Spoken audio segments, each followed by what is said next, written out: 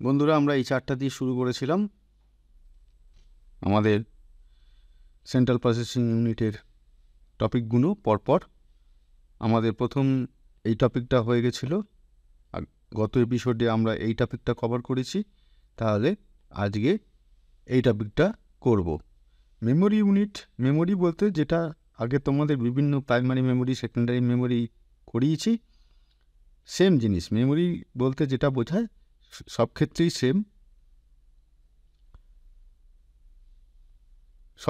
Same, কিন্তু এখানে যেহেতু সেন্ট্রাল প্রসেসিং ইউনিটের মধ্যে একটা মেমোরি বলে একটা পার্ট আছে, সুতরাং মেমোরি বলতে এখানে কী বোঝাবে এই ক্ষেত্রে, সেন্ট্রাল প্রসেসিং ইউনিটের ক্ষেত্রে সেইটুকুনি বা পড়াবো।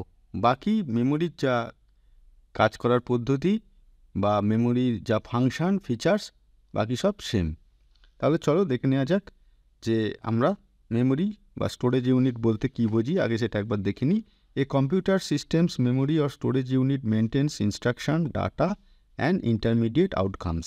মেমোরির যা কাজ, সেই ইনস্ট্রাকশানটাকে জমা রাখে, ডাটাটাকে জমা রাখে, যখন যেটা দরকার যেখানে সেখান থেকে মেমোরি থেকে যায়, এবং বিভিন্ন ইন্টারমিডিয়েট আউটকামস, কোনো একটা এরিথমেটিক, মনে করো যোগ, 2 আর 2 4, এই যে চারটা এখানে জমা রাখলো। এবার চারটা as per instruction control unit থেকে যদি মনিটরে দেখাতে বলে মনিটরে পাঠাবে, বা যদি কোনো এমন কোনো ইনস্ট্রাকশান যেটা মেমোরিতে জমা আছে, যেটা প্রিন্ট করতে পাঠানো হতে পারে প্রিন্টারে, সেটা পাঠাবে। সেজন্য বলেছে intermediate outcomes. It acts as a database that other computer components May access and save data is in as needed. এটা একটা ডাটাবেস হিসেবে কাজ করে। কীরকম ডাটাবেস? না, এখানে সমস্ত রকমের তথ্য থাকে, তো সেহেতু একে বলছে একটা ডাটাবেস। এই ডাটাবেসটা কম্পিউটারের বিভিন্ন কম্পোনেন্ট যেগুলো আছে, আদার্স কম্পোনেন্ট, কন্ট্রোল ইউনিট বলো বা অন্যান্য যা সিপিইউ নিজস্ব, সেখান থেকে ডাটা, আমাদের যেমন লাইব্রেরিতে বই থাকে, নানান ধরনের বই, প্রচুর রকমের বই। আমরা লাইব্রেরিতে গিয়ে যখন যেটা দরকার, যে সাবজেক্টের ওপর বা যে টপিকের ওপর বা যে রাইটারের ওপর, সেই বইটা আমরা লাইব্রেরি থেকে কালেক্ট করি।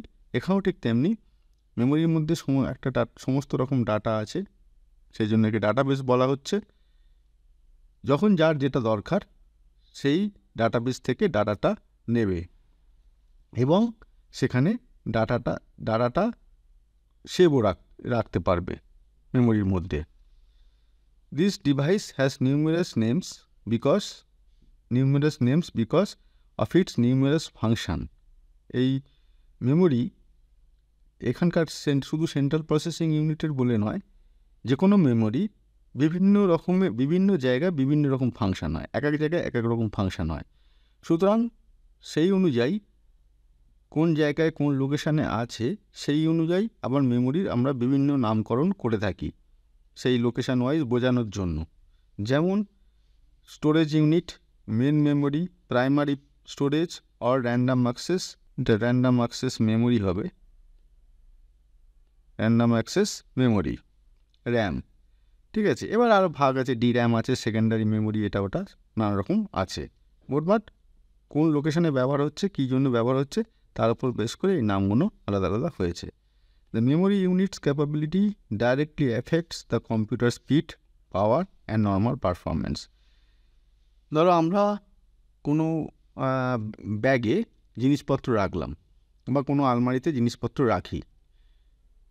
রাখবার সময়ও আমাদের দরকার পড়বে, আবার সেখান থেকে নেবার সময়ও, কোনো কিছু নেবার সময়ও আলমারিতে যে জিনিসটা রেখেছি দরকার পড়বে। তাহলে আলমারিটা এখানে স্টোরেজ ডিভাইস হিসেবে কাজ করলো, কিন্তু মেন ভূমিকাটা রইল কিন্তু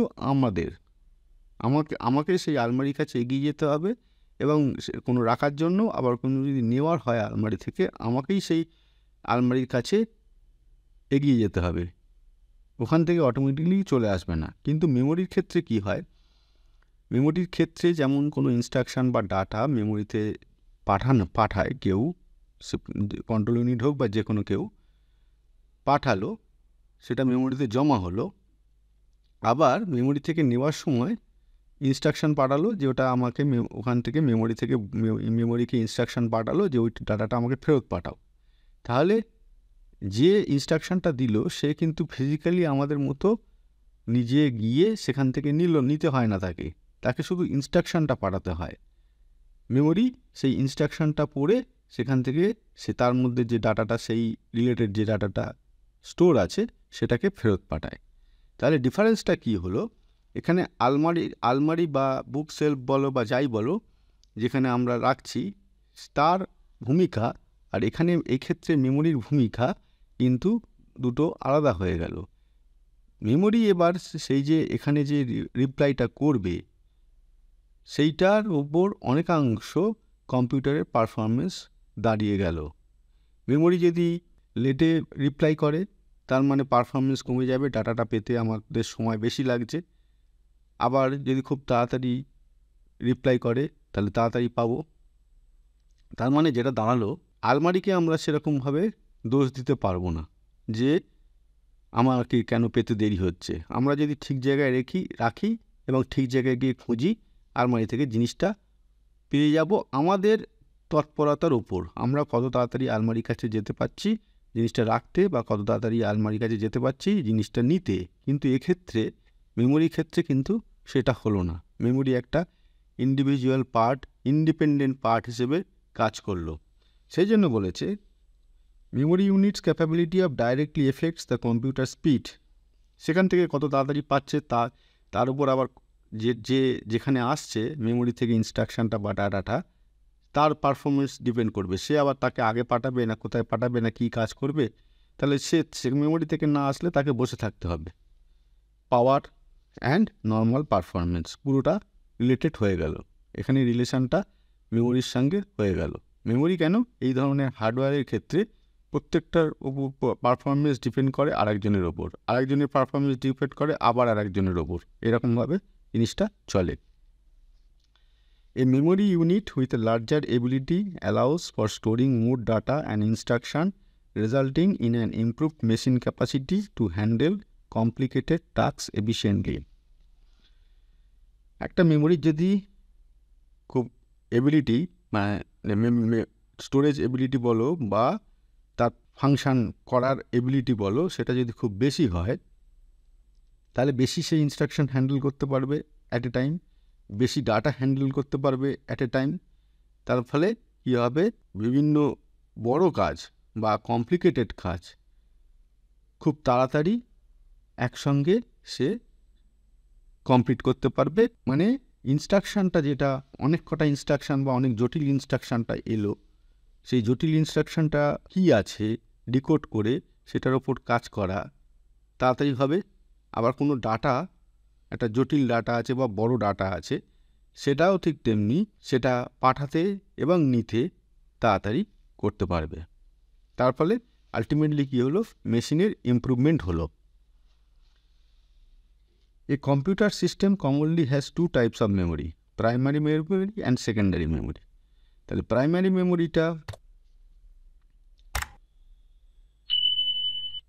মেমোরি, সেকেন্ডারি মেমোরি এগুলো আলাদা, আগে তোমাদের ডিটেলসে পড়িয়েছি, এর ভেতরে আর বেশি ঢুকছি না, শুধু জাস্ট একবার মনে করিয়ে দিয়ে এখানে আমরা পরের স্লাইডে চলে যাব। প্রাইমারি মেমোরি কাকে বলে না, often called RAM is the main memory of a computer. RAM, DRAM, SRAM অনেক এগুলো ডিটেলসে পড়িয়েছি, সেই জন্য আর যাচ্ছি না।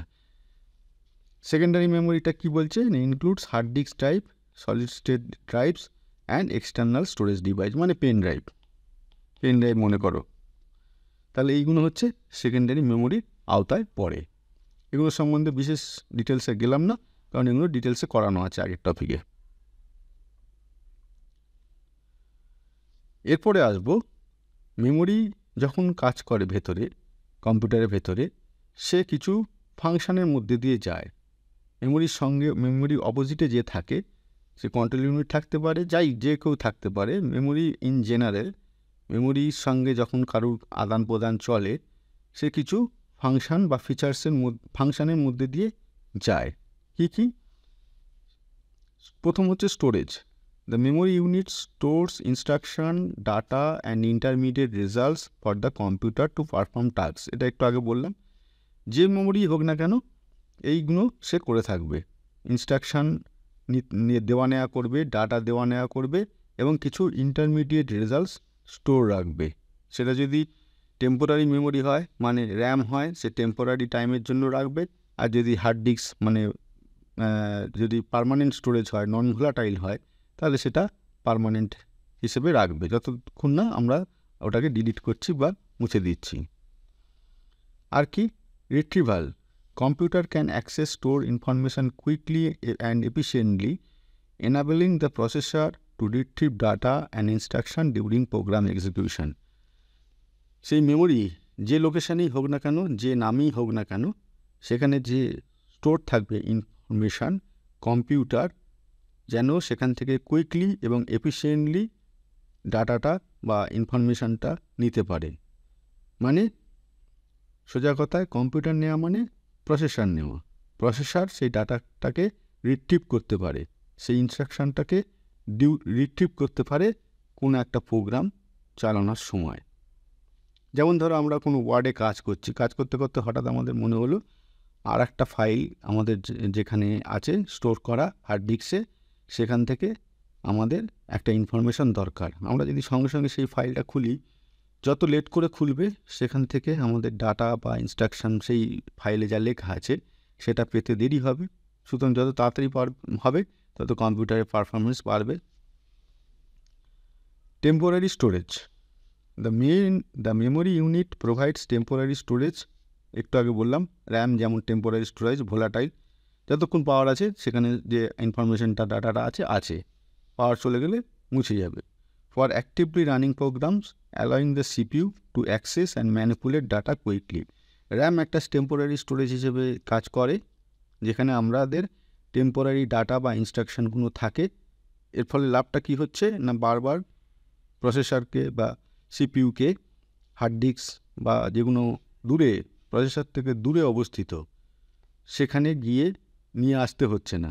তার ফলে সময় বেশি লাগছে না, খুব র্যামের কাছাকাছি আছে, সিপিইউর কাছেই র্যাম আছে, সেখানে থাকার জন্য ইনফরমেশান বা ডাটাগুলো খুব কুইকলি পেয়ে যাচ্ছে। তুমি একদম বলবে যে ক্যাশ মেমোরি, সেখানে তো আরও কাছে। হ্যাঁ, ক্যাশ মেমোরিতেও কিছু ডাটা বা ইনস্ট্রাকশান প্রসেসর রাখে, সেখান থেকে যখন মানে আরও ফাস্ট যে ইনফরমেশান বা ইনস্ট্রাকশানগুলো প্রসেসরের মনে হয় যে দেওয়া নেওয়া করতে আমার সুবিধা হবে, সেগুলো সেখানে রাখে, সেখান থেকে নেয়, আরও বেশি তাড়াতাড়ি হয়ে যায়, পারফরমেন্স বাড়ে।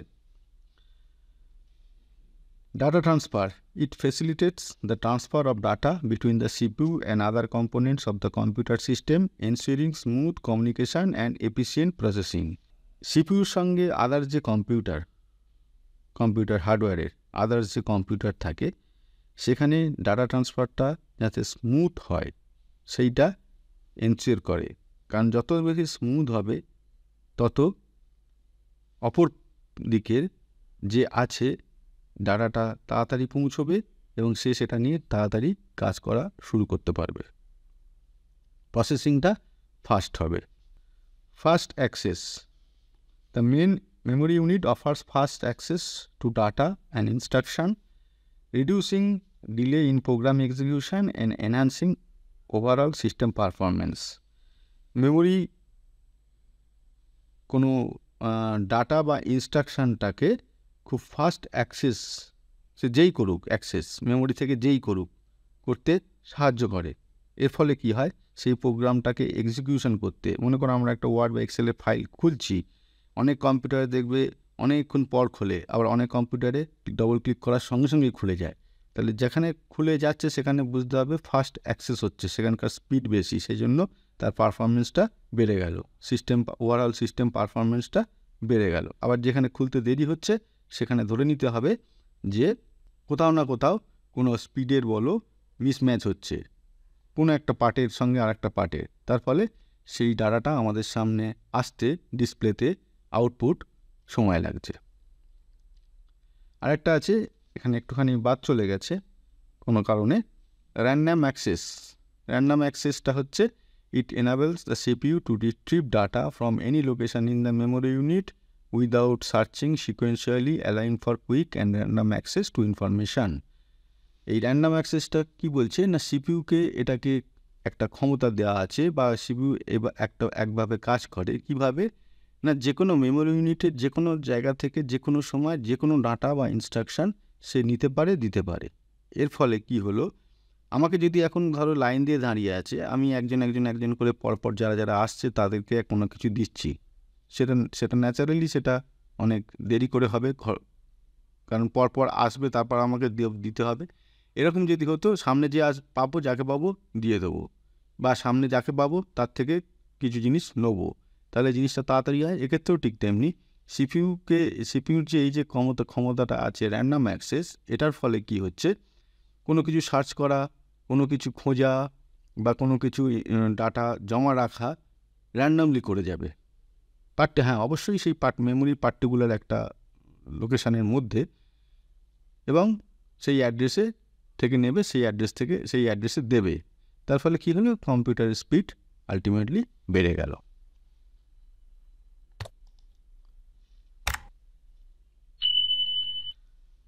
আচ্ছা, তো এই 3টে পার্ট হয়ে গেল যেটা দেখালাম এখানে ব্লক ডায়াগ্রামে। এরপরে আমরা আবার সিপিইউতে ফিরে, এটাও হয়ে গেল মেমোরি ইউনিট। এরপরে এই 3টে কার মধ্যে আছে না, সিপিইউর মধ্যে আছে। সুতরাং এবার আমরা সিপিইউ সম্বন্ধে ইন জেনারেল সিপিইউ সম্বন্ধে একটু আলোচনা করব। সিপিইউর বিভিন্ন ফিচার্স ফাংশন নিয়ে আমরা আলোচনা করব। প্রথমে যেটা করব সেটা হচ্ছে what is CPU's clock speed. CPU clock speed আমরা খুব শুনে থাকি, সিপিইউ স্পিড বা সিপিইউস ক্লক স্পিড, সেটা অ্যাকচুয়ালি কি আমরা দেখে নিই। The clock speed of a processor, often known as the CPU clock rate, is an important component. The clock speed of a CPU or a processor refers to the number of instructions it can process in a second. Clock মানে যেটা আগেও তোমাদের অনেকবার প্রসঙ্গক্রমে এসছে বলেছি, যে কোনো digital আইসি কাজ করবে একটা ছন্দে কাজ করে। কী ছন্দে বা কিসের ছন্দে না, সেখানে একটা ক্লক পালস সেই আইসিতে পাঠানো হয়, ঠিক আছে, একটা ক্লক পালস পাঠানো হয়। এইবার যে আমাদের যখন প্যারেড হয়, প্যারেডে যেমন একজন থাকে না, লেফট রাইট বাঁয়ে ডায়ে এরম করে বলে, এবং সেই অনুযায়ী পুরো দলটা সেই ছন্দে কাজ করে। এখানেও ঠিক তেমনি এই ক্লক স্পিডের ছন্দে সিপিইউ বলো বা কোনো ডিজিটাল আইসি কাজ করবে। এইবার যে এই যে ক্লক স্পিড যার যত বেশি হবে, তার মানে সে তত কুইকলি কাজ করছে। ন্যাচারালি ক্লক স্পিড যত বাড়বে, তার মানে সেই আইসিটা, এক্ষেত্রে প্রসেসর, কুইকলি কাজ করবে। সেই জন্য আগেকার পুরনো যে প্রসেসরগুলো তোমাদের দেখাচ্ছিলাম, সেখানে ক্লক স্পিড আর এখনকার যেগুলো প্রসেসরগুলো মার্কেটে চলছে, তার ক্লক স্পিড অনেক ডিফারেন্স। তার ফলে কি হচ্ছে, আগেকার প্রসেসর যে স্পিডে কাজ করতো, এখনকার প্রসেসর তার চেয়ে অনেক বেশি স্পিডে ন্যাচারালি কাজ করবে। অ্যাকচুয়ালি একে চালনা করবে, প্রসেসরটাকে চালনা করবে, সোজা কথা। It is measured in gigahertz, মানে এখনকার সময় গিগাহার্জ, আগে মেগাহার্জ বা তার আগে নর্মাল ছিল। For example, A CPU with a clock speed of 4.0 gigahertz means it can process 4 billion instruction in second. ঠিক আছে, 4 বিলিয়ন মানে এটাকে যদি 4 গিগাহার্জটাকে আমরা নর্মাল ম্যাথামেটিক্যালি এটা কনভার্ট করি, তাহলে নিউমেরিককে, তাহলে এটা দাঁড়ায় 4 বিলিয়ন। 4 গিগাহার্জ মানে 4 billion. The number of instruction a CPU can execute in a specific time is determined by the CPU's clock speed. যেটা বললাম যে CPU কতগুলো ইনস্ট্রাকশন একটা নির্দিষ্ট সময়ে সে হ্যান্ডেল করতে পারবে বা এক্সিকিউট করতে পারবে একটা নির্দিষ্ট টাইমের মধ্যে, সেটাই সে ডিপেন্ড করে সিপিইউর ক্লক স্পিডের ওপর। তার মানে এটা যদি 1 সেকেন্ডে এই কটা ক্লক গিয়ে থাকে, এবং সেইখানে এই কটা ক্লকের ওপরে মানে শুরু আর শেষের মধ্যে সিপিইউ যেটা কাজ করবে, সেটাই তার ক্লক স্পিড হবে। Each instruction represent a fundamental CPU activity such as transferring data or doing mathematical calculation. প্রত্যেকটা ইনস্ট্রাকশন যেটা সিপিইউতে পাঠানো হচ্ছে বা সিপিইউ পাঠাচ্ছে, সেটাই হচ্ছে সিপিইউর অ্যাক্টিভিটি বলে গণ্য হচ্ছে। যেমন কোনো ডাটা ট্রান্সফার করুক বা কোনো ক্যালকুলেশন করুক, সিপিইউর মধ্যে ক্যালকুলেশন করুক, এই প্রত্যেকটা জিনিসটা হচ্ছে একটা সিপিইউর অ্যাক্টিভিটির মধ্যে পড়ছে। The clock speed determines how quickly this instruction are executed. এই যে ইনস্ট্রাকশন সিপিইউর মধ্যে অ্যাক্টিভিটি হচ্ছে, সেইটাই হচ্ছে ক্লক স্পিড ডিটারমাইন করছে, যে কত কুইকলি সেই ইনস্ট্রাকশানটা হবে। A higher clock speed allows the CPU to process more instruction per second, enhancing overall performance. যত বেশি ক্লক স্পিডটা বাড়বে, CPU এর প্রসেসিং করার ক্ষমতা তত ফাস্ট হবে, তার মানে ওভারঅল পারফরমেন্স তত বেশি হবে। Modern CPU also frequently use techniques like multi-core architecture and instruction pipeline to boost speed. Modern যে সিপিইউগুলো আছে তারা তো মাল্টিকোর ইউজ হয়, মাল্টিকোর টেকনোলজি। এবার মাল্টিকোরের মধ্যে ইনস্ট্রাকশানগুলো পরপর সাজানো থাকে। আগে মনে করো, কথার কথা বলছি, যদি ইনস্ট্রাকশানগুলো এরকম একটা সিরিজে একটা করে সাজানো থাকতো, এখন মাল্টিকোর হওয়ার জন্য এরকম এখানে এক ধাপে ইনস্ট্রাকশান এরকম অনেক কটা লেয়ারে ইনস্ট্রাকশানগুলো সাজানো হয়। তার ফলে কি হয়, অ্যাট এ টাইম প্রচুর ইনস্ট্রাকশান আগে একটা সিরিজে যেত, এখন মনে করো কথার কথা ফর এক্সাম্পল 10টা সিরিজে যাচ্ছে। তার ফলে কী হচ্ছে, অ্যাট এ টাইম একটা মুহূর্তে অনেক ইনস্ট্রাকশান এক্সিকিউট হতে পারছে, তার ফলে স্পিডটা বেড়ে যাচ্ছে। To increase processing power overall, multi-core CPUs include numerous independent processing units that may carry out instruction concurrently. যেটা বললাম, যেহেতু মাল্টিকোর হওয়ার জন্য এক একটা করে প্রচুর পরিমাণে ইনস্ট্রাকশান এক্সিকিউট হয়, তার ফলে প্রচুর পরিমাণে সেই ইনস্ট্রাকশানের ওপর একই সঙ্গে সেই ইনস্ট্রাকশান ওপর কাজ করতে পারে processor. The CPU may execute many instructions simultaneously using instruction pipeline, significantly enhancing efficiency. একই সঙ্গে ইনস্ট্রাকশান, একই মুহূর্তে একই সঙ্গে ইনস্ট্রাকশান কাজ করার জন্য, CPU করতে পারার জন্য এটা পারফরমেন্সটা সিগনিফিকেন্টলি বেড়ে যায়। Because of advance in semiconductor technology, CPU clock rates have been rising continuously over time. দেখে থাকবে তোমরা, যদি আমরা যা দেখলাম এখানে তোমাদের কিছু আগের এপিসোডে দেখিয়েছি কীভাবে টেকনোলজি বাড়তে বাড়তে প্রসেসরগুলো প্রতি বছর বা 2 বছর 3 বছর অন্তর অন্তর তার ক্লক স্পিড বলো, তা ওভারঅল ফিচার্স বলো, কীভাবে ইমপ্রুভড হয়েছে। এখানেও সেই জন্য বলেছে CPU clock rates have been rising continuously over time. যত দিন যাচ্ছে এর ক্লক স্পিড বা ক্লক রেট বাড়ছে, সেই সঙ্গে প্রসেসরের পারফরমেন্সও বেড়ে যাচ্ছে। Early CPUs operated at clock speeds measured in megahertz. পুরনো যে সিপিইউগুলো আছে তার ক্লক স্পিড মেগাহার্টজে হতো, but with technologies progresses gigahertz speed become the norm. Some high end CPUs even surpass the 5 megahertz mark. এখন গিগাহার্টজ ছাড়িয়ে গিগাহার্টজে তো পৌঁছে গেছেই, সেটা 5 গিগাহার্টজের ওপর চলে গেছে কিছু কিছু একদম মডার্ন সিপিইউ। আর শেষ যেটা আজকে করাবো, কত রকমের সিপিইউ আমরা সাধারণত পাই বা মার্কেটে available. CPU are mostly manufacture by Intel and AMD, দুটো আলাদা আলাদা কোম্পানি। ইন্টেল একটা কোম্পানি, AMD এই দুজনেই মেনলি মার্কেটে সিপিইউ ম্যানুফ্যাকচার করে, প্রসেসর ম্যানুফ্যাকচার করে। তার মধ্যে ইন্টেল অবশ্যই ডমিনেন্ট আছে মার্কেটে।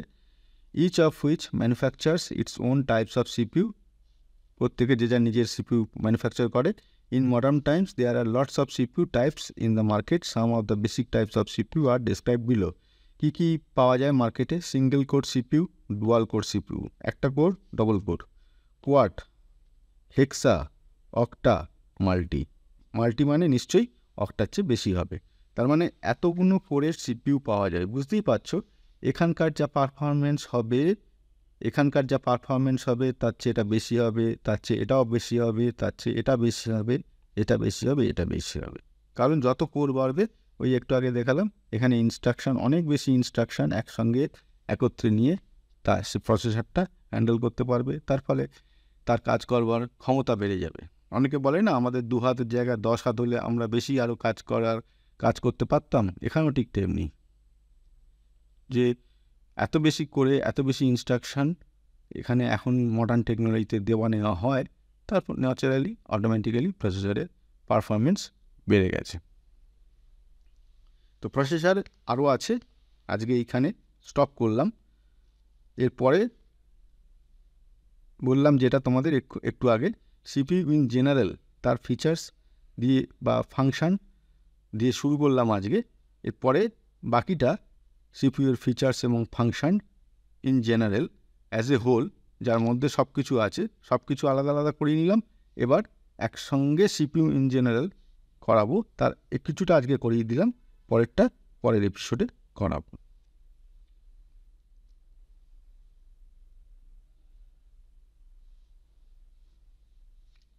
ঠিক আছে, আশা করি প্রতিদিনের মতো আজকেও খুব সহজভাবে তোমাদের বোঝাতে পারলাম। পরের দিন আরও ইন্টারেস্টিং ভিডিও নিয়ে, আরও ইন্টারেস্টিং ইনফরমেশান, অনেক কিছু না জানা ইনফরমেশান নিয়ে তোমাদের সামনে আবার ফিরে আসবো। তো আজকে এই পর্যন্ত বন্ধুরা, থ্যাংক ইউ।